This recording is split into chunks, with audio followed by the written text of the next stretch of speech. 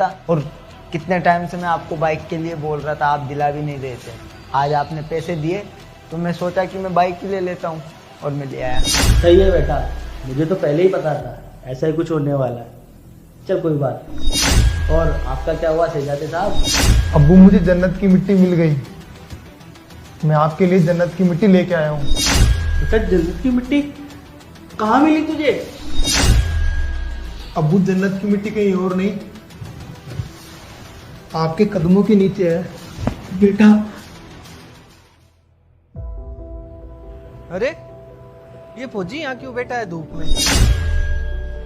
जाकर पूछता हूँ। साहब, आप क्या सोच रहे हो और इधर धूप में क्यों बैठे हो? कुछ नहीं, बस ऐसे ही। साहब बताओ तो सही, आखिर हुआ क्या और आप इतने उदास क्यों हो? मेरे अब्बू ने मुझसे जन्नत की मिट्टी मंगवाई थी और रात होने को आई, अभी तक मुझे जन्नत की मिट्टी नहीं मिली।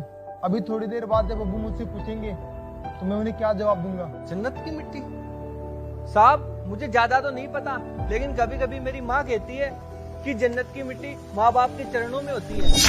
हाँ भाईजान, ये तो मैंने सोचा ही नहीं। आपका बहुत बहुत धन्यवाद।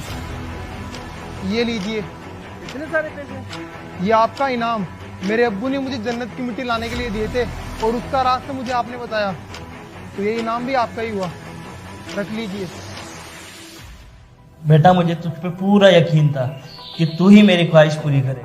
वो सब तो ठीक है अब्बू, लेकिन आपने ये सब किया क्यों? ये सब मैंने किया क्यों? बेटा मेरी उम्र हो चुकी है और मुझे रात दिन बस यही चिंता लगी रहती है कि मैं मेरे कारोबार को तुम तीनों में से किसको सौंपूं जो अपनी पूरी जिम्मेदारी से मेरे कारोबार को संभाल सके। इसलिए मैंने तुम्हारा एक छोटा सा इम्तिहान लिया और उस इम्तिहान में मेरा ये बेटा पास हुआ और मैं अपनी सारी प्रॉपर्टी, सारी कंपनी और ये मेरा कारोबार इसी के हवाले करना चाहता हूँ। ये क्या बोल रहे हो अब्बू आप? आपका दिमाग तो सही है क्या? हम दोनों आपके बच्चे नहीं है जो आप सारी प्रॉपर्टी, सारा कारोबार इसके नाम कर रहे हो?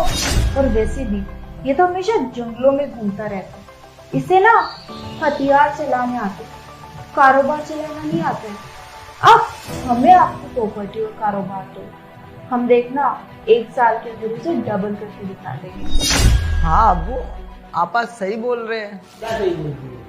जो परीक्षा मैंने इसकी ली है वही परीक्षा मैंने तुम दोनों की भी ली है, लेकिन तुम दोनों को तो अब्बू की किसी बात से मतलब ही नहीं है।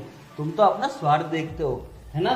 एक आईफोन लिया ही, एक अपनी बाइक लिया है। जो लोग अपना स्वार्थ देखते, अपना मतलब देखते और अपने माँ बाप का कहना नहीं मानते, वो मेरी कंपनी क्या संभालेंगे? इसलिए मेरा